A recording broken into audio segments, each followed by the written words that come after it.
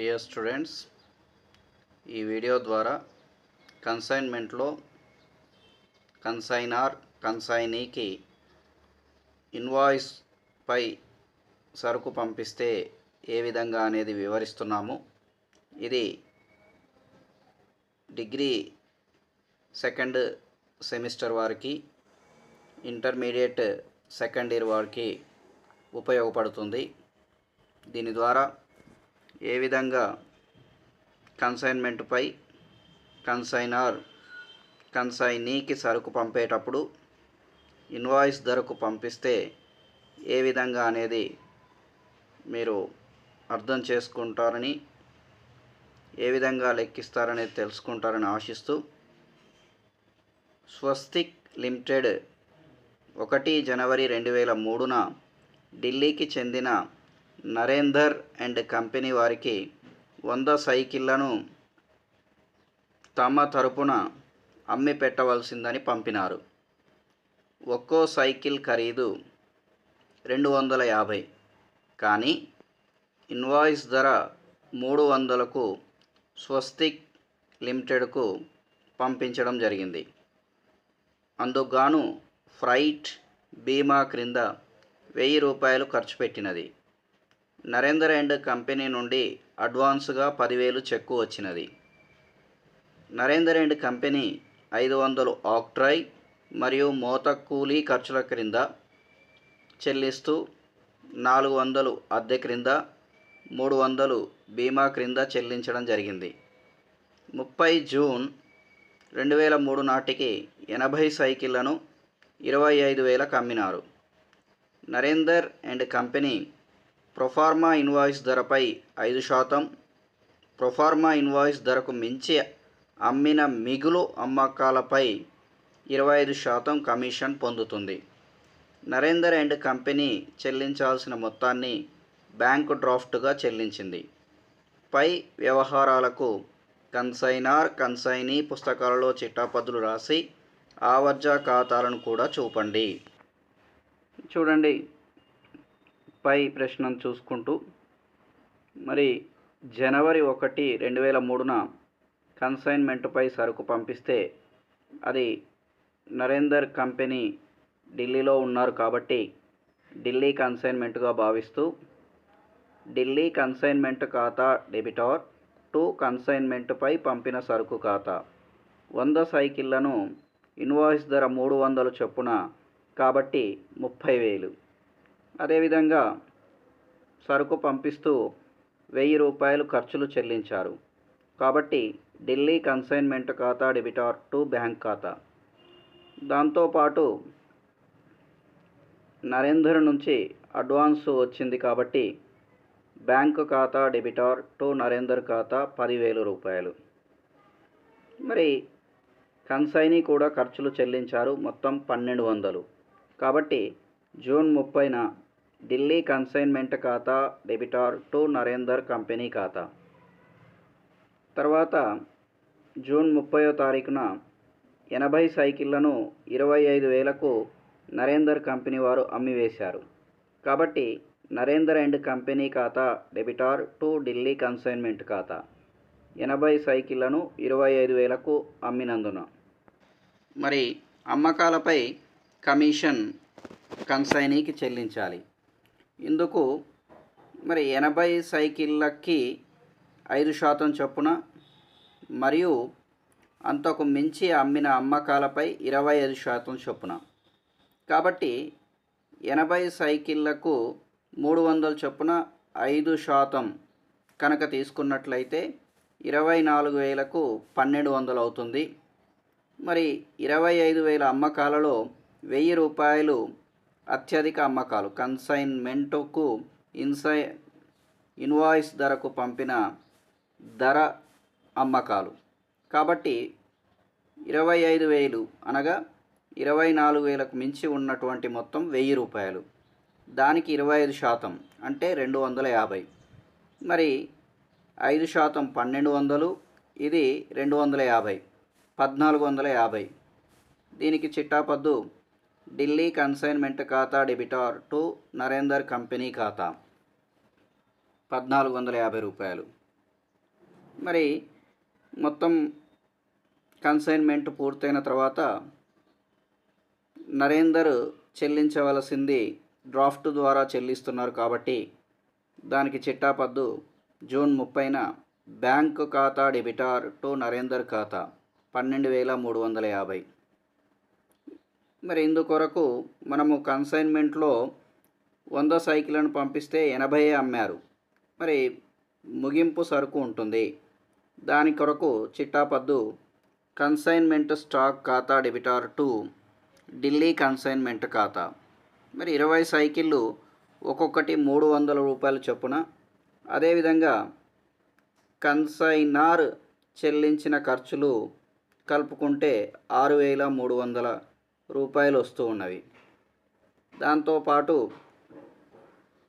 మరి ఇంకా అమ్మకుండా మిగిలినటువంటి 20 సైకిళ్ళ యొక్క ముగింపు సరుకు కొరకు చిట్టాపద్దు కన్సైన్మెంట్పై పంపిన సరుకు ఖాతా డెబిటార్ టు ఢిల్లీ కన్సైన్మెంట్ ఖాతా 5,000. తర్వాత ఇక్కడ ఇంకొక విషయం ఏంటి అంటే కన్సైన్మెంట్ స్టాక్ రిజర్వ్ను కూడా కన్సైన్మెంట్కు డెబిట్ చేయాలి. ఎందుకంటే కన్సైన్మెంట్పై ఇన్వాయిస్ ధరకు సరుకును పంపిస్తున్నందున. మరి దీనికి చిట్టాపద్దు ఢిల్లీ కన్సైన్మెంట్ ఖాతా డెబిటార్ టు కన్సైన్మెంట్ స్టాక్ రిజర్వ్ ఖాతా 1,000 రూపాయలు, 50 రూపాయల చొప్పున సర్దుబాటు చేసినందున. అదేవిధంగా మరి ఎంతైతే లాభం వస్తుందో దాన్ని ఇక్కడ చూపెట్టడం జరుగుతుంది. లాభం 1,650 రూపాయలు వచ్చింది మొత్తం వ్యవహారాల వలన. దీనికి చిట్టాపద్దు ఢిల్లీ కన్సైన్మెంట్ ఖాతా డెబిటార్ టు లాభ నష్టాల ఖాతా. ఆ తర్వాత మొత్తం సరుకును వర్తకప్ ఖాతాలకు మళ్లించాలి. అందుకు చిట్టాపద్దు కన్సైన్మెంట్పై పంపిన సరుకు ఖాతా డెబిటార్ టు వర్తకప్ ఖాతా 25,000. మరి ఈ విధంగా చిట్టాపద్దులు పూర్తి చేసిన తర్వాత ఖాతాలను చూడండి, చిట్టాపద్దుల నుంచి ఖాతా తయారు చేస్తున్నాం.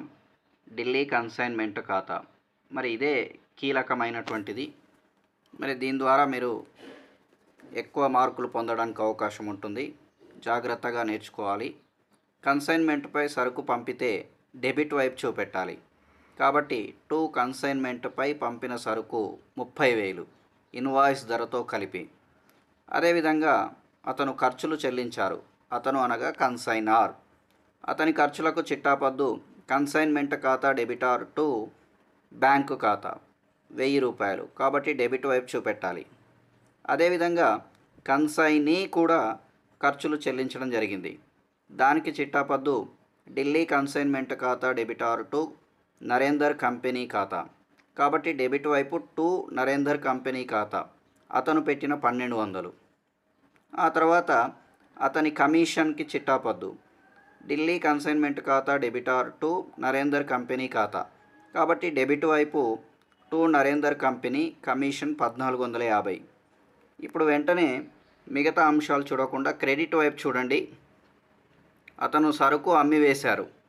అతను అంటే కన్సైనీ. కాబట్టి చిట్టాపద్దు ఢిల్లీ కన్సైన్మెంట్ను క్రెడిట్ చేస్తూ నరేందర్ను డెబిట్ చేయాలి. కాబట్టి నరేందర్ కంపెనీ ఖాతా డెబిటార్ టు ఢిల్లీ కన్సైన్మెంట్ ఖాతా.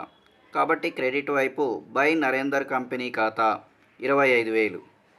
అదేవిధంగా ఇందులో మొత్తం సరుకు అమ్మి వేయలేదు కాబట్టి ముగింపు సరుకు ఉంటుంది. ఇందుకొరకు మరి 20 సైకిళ్లను ఇన్వాయిస్ ధరతో లెక్కిస్తూ కన్సైనార్ పెట్టిన ఖర్చులను, కన్సైనీ పెట్టిన ఖర్చులు పునరావృతం కానివి ఆ 20 సైకిళ్ళ మందమే కలపవలసి ఉంటుంది. అలా చేస్తే 6,300 వస్తుంది. దానికి చిట్టాపద్దు కన్సైన్మెంట్ స్టాక్ ఖాతా డెబిటార్ టు ఢిల్లీ కన్సైన్మెంట్ ఖాతా. కాబట్టి క్రెడిట్ వైపున బై కన్సైన్మెంట్ ఖాతా 6,300. అదేవిధంగా ఇక్కడ 25,000 సరుకును 30,000కు పంపించాం. అంటే 5,000 రూపాయలు ఎక్కువగా ఉంది. ఆ మొత్తాన్ని లాభంలో తగ్గించడం కొరకు కన్సైన్మెంట్ ఖాతాలో క్రెడిట్ వైపు చూపెట్టాలి. కాబట్టి చిట్టాపద్దు కన్సైన్మెంట్పై పంపిన సరుకు ఖాతా డెబిటార్ టు ఢిల్లీ కన్సైన్మెంట్ ఖాతా. కాబట్టి క్రెడిట్ వైపు బై కన్సైన్మెంట్పై పంపిన సరుకు ఖాతా 5000 అని రాయాలి. తర్వాత ఇప్పుడు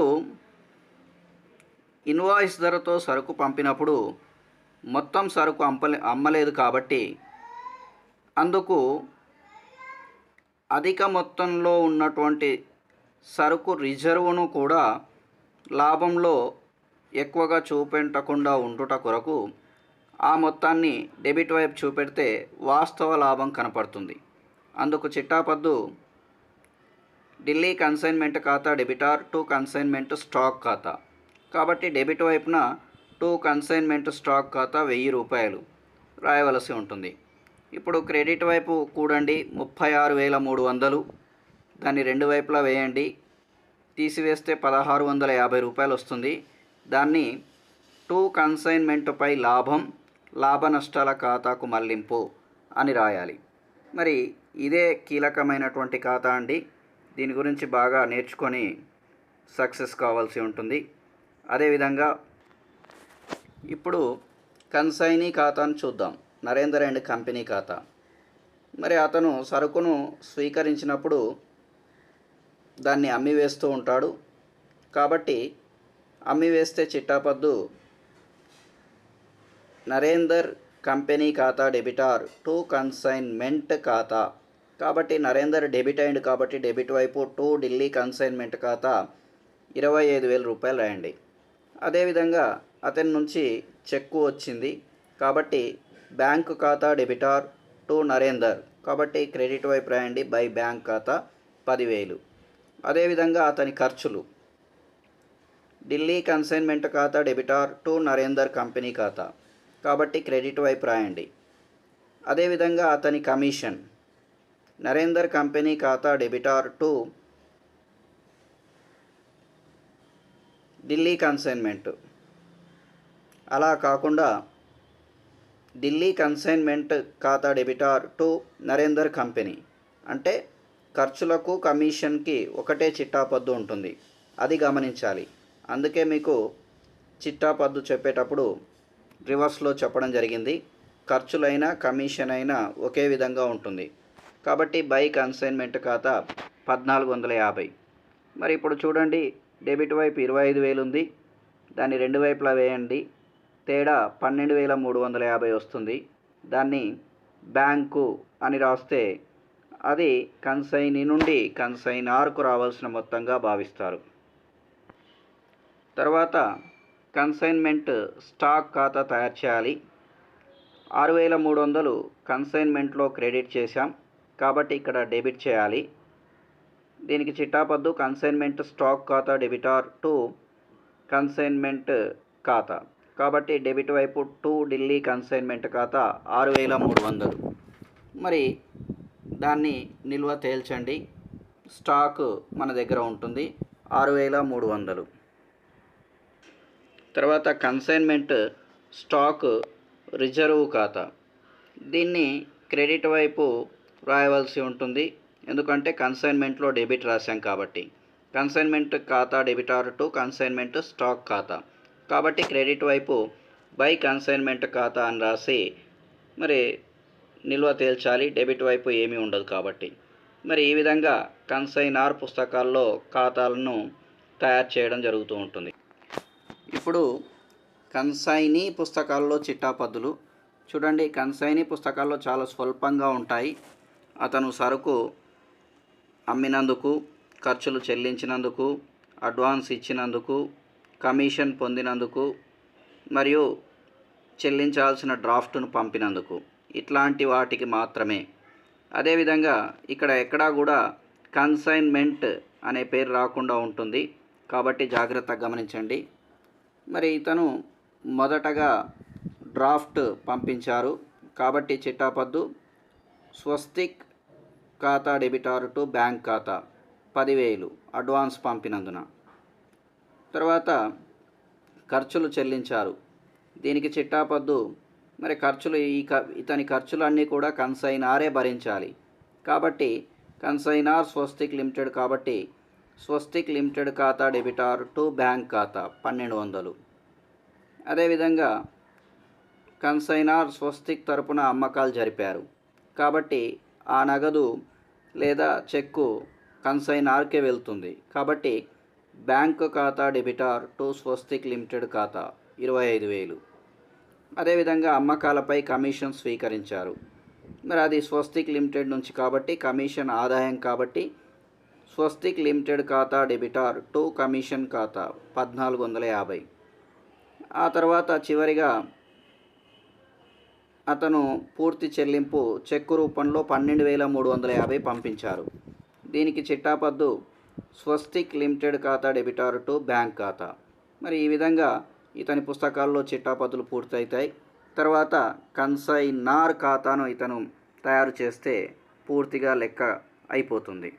చూడండి, స్వస్తిక్ లిమిటెడ్ వారి ఖాతాని తయారు చేస్తున్నాం. మరి అన్నీ కూడా టు బ్యాంకు అని రావడం జరిగింది.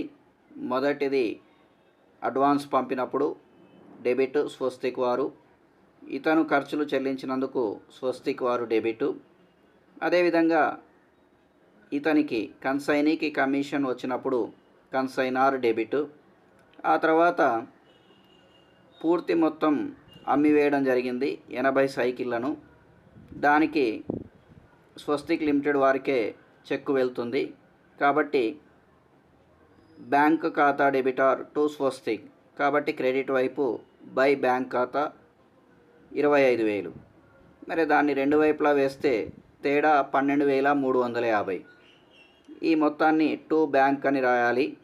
కారణం చెక్కు రూపంలో కన్సైనార్కు కన్సైనీ పంపిస్తున్నారు కాబట్టి. మరి ఈ విధంగా కన్సైన్మెంట్లో ఇన్వాయిస్ ధరకు సరుకు పంపిస్తే ఎలా అనే ప్రాబ్లమ్స్ నేర్చుకొని చక్కగా ఎగ్జామ్స్లో సక్సెస్ అవుతారని ఆశిస్తూ వీడియోని లైక్ చేయండి, షేర్ చేయండి, సబ్స్క్రైబ్ చేయడం మాత్రం మర్చిపోకండి. మరిన్ని వీడియోల కొరకు ఎప్పుడూ చూస్తూనే ఉండండి. Ramu Gunti. All the best.